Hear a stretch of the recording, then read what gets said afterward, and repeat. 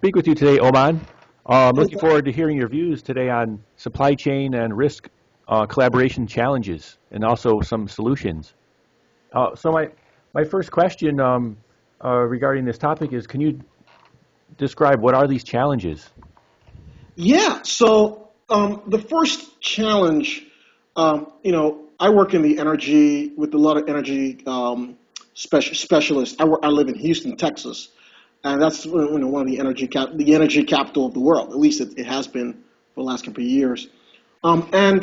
Supply chain is not just about depending on who you're talking to, but supply chain is everything that has to do with how do we get hydrocarbons, how do we move our products, how do we move all our equipment to a site, do what we need to do, get what we need to get, and get out in a very efficient and safe manner.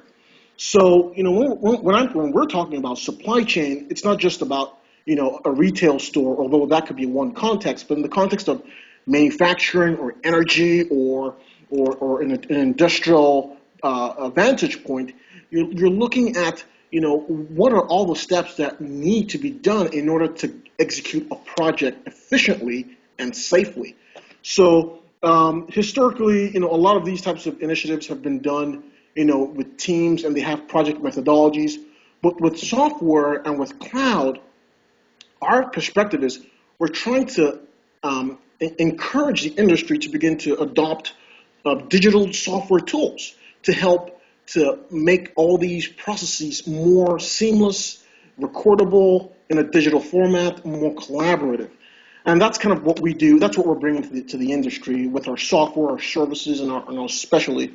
And if you can see the screen, I've got, so that's kind of what we do. And now another big piece of this pie is, safety. Safety is a huge issue. We don't want people dying. I mean, look, I think, we've had situations where we've had oil spills, and with some companies, I'm not going to mention any names, but we've had oil spills in some cases. And then going in to clean up all these oil spills is very expensive. So we're trying to encourage our customers to begin to look at those core key performance indicators that cause accidents and cause safety issues. And it comes down to inspections and maintaining all our equipment.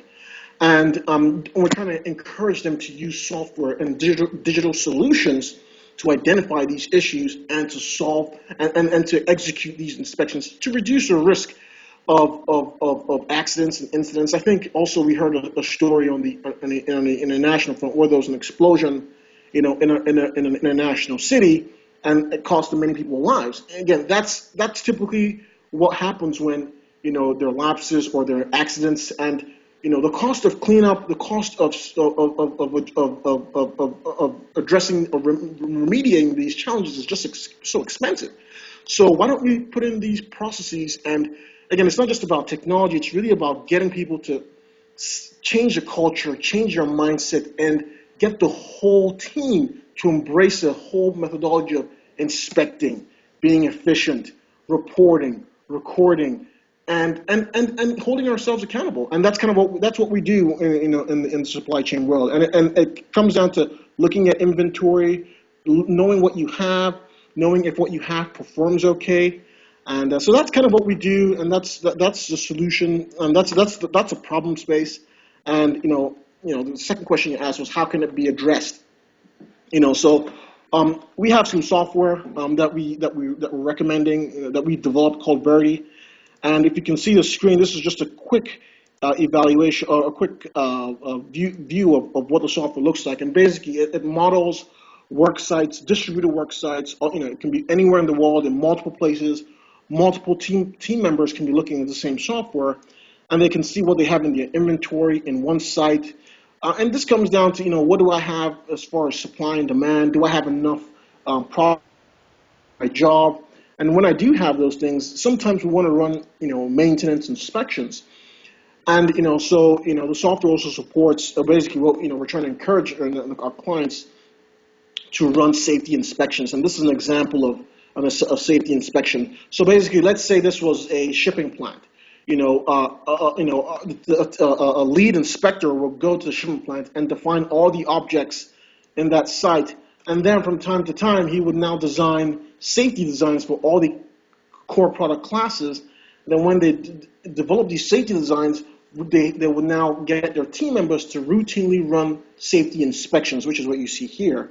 So this is a safety run that was run by somebody, that looks at the length, looks at the weight reading, looks at check if it's oiled, and they collect all the readings. And all this is saved to the cloud, by the way. So all the different key players can see what's going on. No, you don't leave it to chance. You don't leave it to, and you can add things like, is the warehouse clean? Is the generator working? What's the output? Are there any leaks? Are there any spills? Are there any, so you can put everything in a digital format, and that way you manage your risk and you reduce risk of incidents. So that's kind of what we bring to the table. That's our story. The first piece is the digital supply chain, which talks about the inventory levels, and then there's also a logistics piece, which I wouldn't go in too much into because that's kind of a saturated space right now. But we can also model things like moving pieces of equipment from one site to the other, and that comes into play when, let's say, you have in one site. Here I'm looking at the Houston site. I can also spin off another instance of the application to look at maybe a Port of Santos and West Terminal, which is in Brazil. So many times, supply chain experts, before they want to, if you want to check your inventory, maybe you want to go buy something, but before you go out and buy it, sometimes it makes sense to see do I have it in stock in a different part of the world, in any of our other distribution centers before we go out and purchase it. So it allows you to check and see, and if you have something, let's say you want to move 20 hot-water flow meters from the Port of Santos to Houston. It's very, very easy. You can just quickly implement what we call a collection, and then you move pretty much what you want from the Brazil site to the Houston site. So that's pretty much and you can just tell it. I want to move. So it says I have 125. So let's say I want to move 25 by ship. From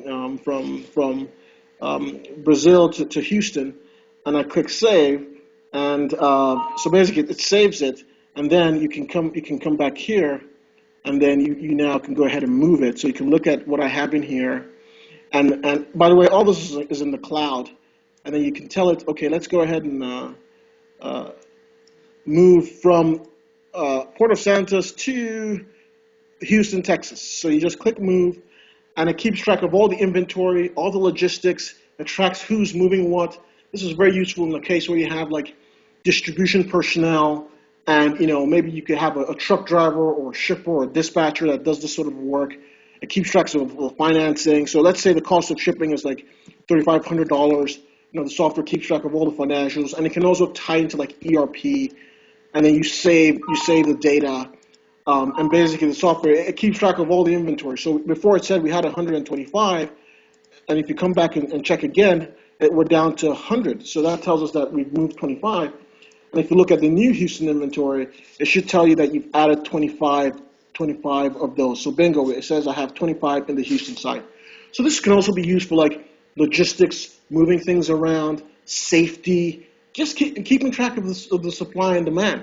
And that's the unique spin that we bring to the table. And there are other vendors out there that provide similar solutions, but many of them focus heavily on the financial side of things. We focus heavily on the logistics side and the safety and the maintenance inspections and keeping all that in track to manage risk and to increase efficiency in a very collaborative environment. So that's our spin, that's our story from a technical standpoint. So we're still trying to introduce it to the marketplace, and we started out in the energy industry, and now we're talking to different customers who are trying to introduce Six Sigma and 5S, which is just a methodology to encourage efficiency, to encourage know what you have, to encourage ordering and proper slotting of your warehouse and proper pricing, because all this comes down, at the end of the day, if you're more accurate, you can better measure and better predict and better run an efficient supply chain. So, so we're trying to tag along this software with these specialists So as they're out there trying to introduce these lean, uh, digital Six Sigma and 5S, they can have the tools to help to support these new initiatives. So, are we finding any success? Yeah, so far we have two, one partner in somewhere in the Middle East, and another guy in India. So those are the first two people that are kind of using the software, and they're playing with it and trying to introduce it.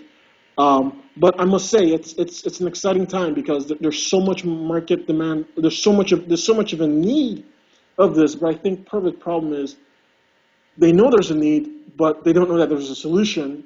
And just the education piece of it is kind of is where we are. But there are solutions.